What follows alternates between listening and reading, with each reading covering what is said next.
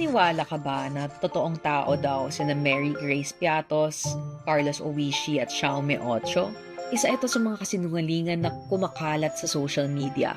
Minsan galing sa suspicious at coordinated inauthentic behavior ang matatawag natin na trabaho ng mga troll. At minsan galing naman sa totoong mga supporter. Ako po si Regine Cabato, reporting for the Philippine Center for Investigative Journalism. Ito ay 5 naratibo ng makinaryang pro-Duterte.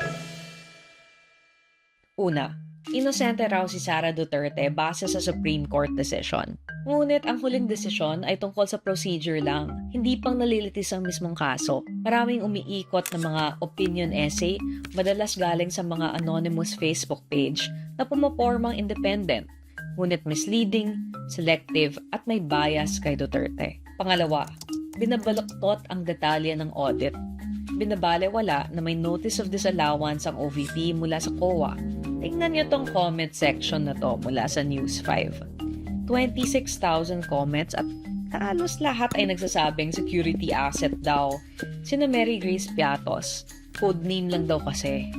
Ayon sa COA guidelines, kahit asset pa yan, dapat dinidisclose pa rin ang tunay na identity sa isang sealed envelope. At kung totoo nga na security expense ito, bakit ang VP ang may hawak at hindi ang DOJ, military o ibang ahensya sa security sector?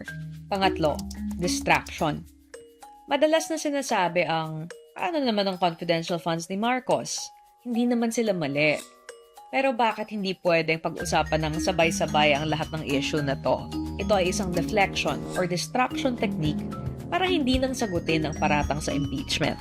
Kung tutuusin, ang budget ni Marcos ngayon ay pamana ni dating Pangulong Duterte. Si Duterte naman ang nagpataas ng halaga ng confidential at intelligence funds ng Office of the President mula 500 million hanggang 4.5 billion pesos. Pang-apat, nag-aapela sila sa emosyon. Sinasabi ng mga Duterte influencers na biktima lang ang mga Duterte ng pamumulitika. Gumagamit sila ng mga AI deepfake upang magmakaawa, magpa-cute at gumawa ng mga karakter para ipalapit ang mga Duterte sa karaniwang Pinoy. Panghuli, nagpapakalat sila ng conspiracy theory. Nakikipagsabuatan daw ang US Marcos admin, liberal, komunista para ipatalsik si Duterte. Halimbawa nito, itong isang copy-paste script na kinakalat ng mahigit 100 account. Tila sabay-sabay ang kanilang pag-post sa halos pare-parehong oras. Ano ang pakay ng lahat ng spin na ito? Linilito nila ang publiko, minamaliit nilang kritisismo at sinisimulan